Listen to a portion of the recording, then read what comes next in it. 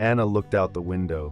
The sky was turning warm, a sunset that seemed stolen from a painting.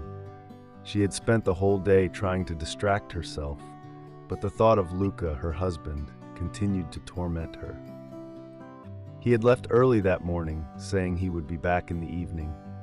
He had to go to a nearby town for urgent work. "As soon as I get back, I promise I'll put up the swing for Emma," he had said with his usual reassuring smile before leaving the house. But the sun was setting and there was still no sign of Luca. Before continuing, subscribe to our channel and activate the bell. Emma, their 5-year-old daughter, approached with her usual lively look, but tonight there was a hint of anxiety in her eyes. "Mommy, when is Daddy coming back? He said he'll put up the swing for me today," she asked, clutching her teddy bear tightly. Anna tried to smile, hiding the worry that was tightening her heart. "He'll be back soon, honey," she replied, even though a part of her was starting to worry otherwise. "Why don't we make your favorite cake for when he gets here? Coconut flakes and chocolate, just the way he likes it." Emma's eyes lit up. "Yes, let's do it. Daddy will be happy." As they kneaded together, the sweet smell filled the house, giving that moment a sense of normality that seemed fragile. When the cake was ready, mother and daughter sat in the living room, waiting. The silence, broken only by the ticking of the clock, became oppressive. Then suddenly, the phone rang. Anna jumped up, her heart racing. Maybe it was Luca. She answered quickly, but the voice she heard wasn't her husband's. "Mrs. Bianchi?" a male voice asked, cold and distant. "Yes, it's me. Who is this?" "I regret to inform you that your husband has been involved in a serious accident." Anna felt her world collapse. "An accident? Are you okay?" "I'm sorry, ma'am. You didn't make it. A truck driver crossed into your lane, and I send you my sincere condolences." The phone slipped from her hands. She felt her knees buckle, tears flowing uncontrollably. Emma looked at her in confusion, tugging at her dress. "Mommy, what's going on? Where's Daddy?" Anna couldn't find the words. "Honey, Daddy's been in a bad accident. Stas is not coming home." Emma shook her head, refusing to believe those words. "That's not true. Daddy will come back, he promised." Anna couldn't lie, but every single word she tried to say tore at her heart. She hugged her daughter tightly, knowing that the reality would hurt her, but there was no way to protect her from that pain.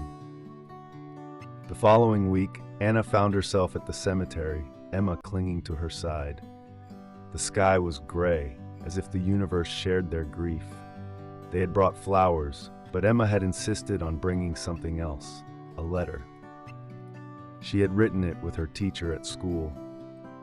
"It's for Daddy," Emma had said with a sad smile as she carefully folded the paper. The little girl placed the letter on the gravestone next to the flowers and said softly, "Dad, I hope you can read this from up there."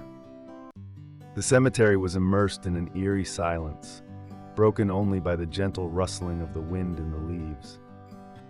Anna looked at her little girl and for the first time realized that Emma was much stronger than she was herself. Weeks passed, then months. Life for Anna and Emma was no longer the same. The house without Luca seemed empty and oppressive. Anna tried to move on, finding a job in a small bakery, but the lack of Luca was constant, like a shadow that never left her. One day, while playing in the garden at home, Emma found something strange. Hanging from the swing that Luca was supposed to set up was a bunch of white daisies, her mother's favorite flowers. "Mom, look!" she shouted, running in with the bunch of flowers in her hands. "They're from Dad!" Anna looked at her in disbelief. "Emma, whoever put those flowers there, it couldn't have been Dad." But Emma was convinced otherwise. "No, Mom. Dad is still here. I can feel it. He's close to us." Anna shook her head, but she didn't want to crush her daughter's hope. But something surreal seemed to be at play. From that day on, Emma seemed happier.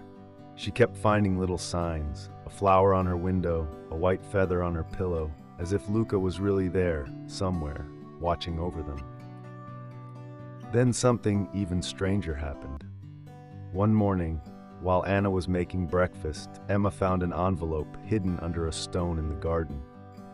The envelope was addressed to her in familiar handwriting. Inside was a hand-drawn map with a route that led to an old cafe in the center of town. She was still young enough to read, but not enough to recognize her name.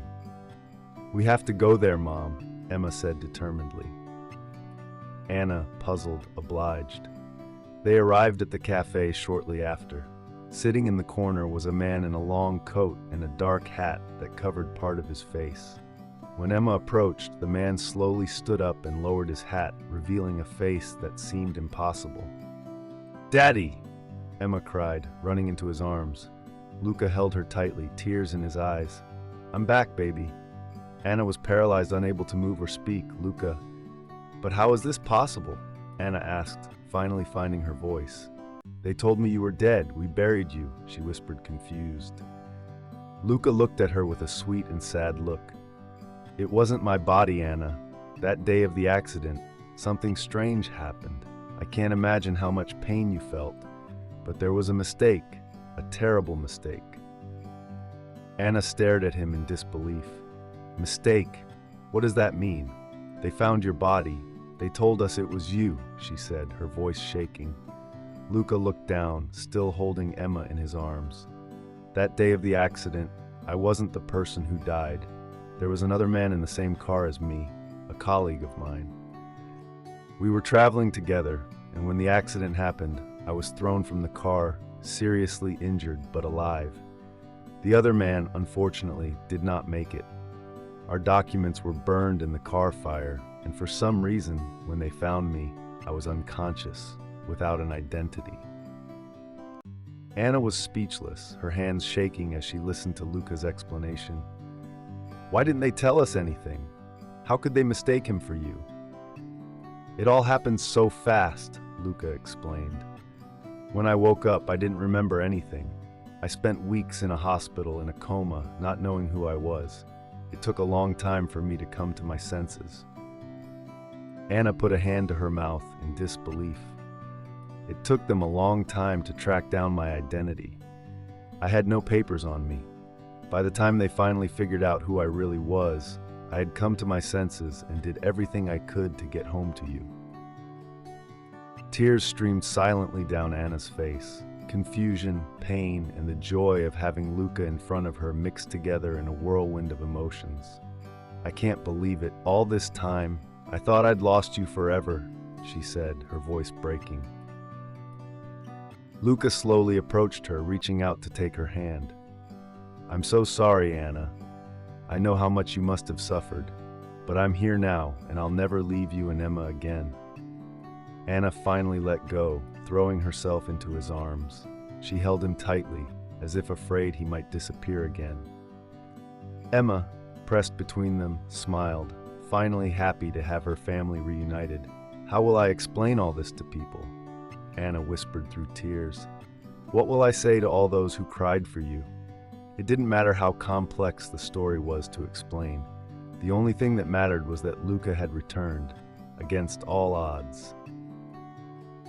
And as they held each other close in the cafe, the family finally reunited. The world seemed to smile upon them again, brighter and truer than they could have ever imagined. Did you like this story? Leave a comment below. Thanks for watching the video till the end, and see you next story.